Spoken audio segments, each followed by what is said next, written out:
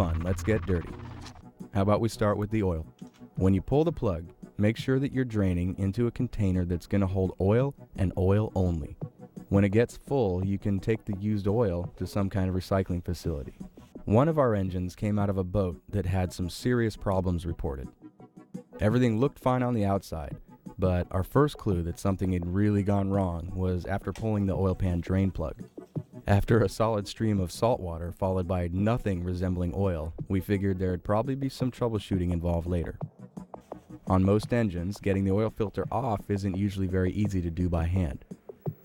There's all kinds of different oil filter wrenches that you can use, but if you don't have one handy, skip it, and just hammer a long, thin Phillips head screwdriver right through it.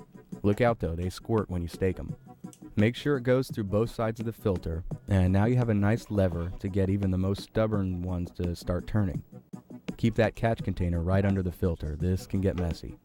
After you have the filter out and the oil pan's drained, then take the little plug and put it back in so that you can stop all the little drips. Next up, even though we drained the radiator, there's still quite a bit of water in the block itself.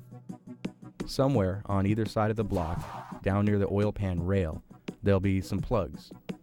These are the drains that let the water out. Sometimes these guys are tough to get off.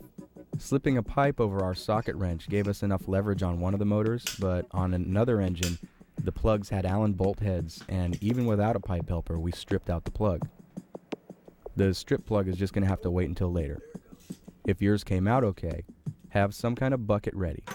If your engine has some miles and some grime on it, then when you pull this plug, it's most likely just going to trickle a little bit. If you get a screwdriver and give the hole a good poke, then the rest of the water jacket should empty itself pretty quick. After draining, those plugs can go back in and keep the water drips at a minimum too. If you have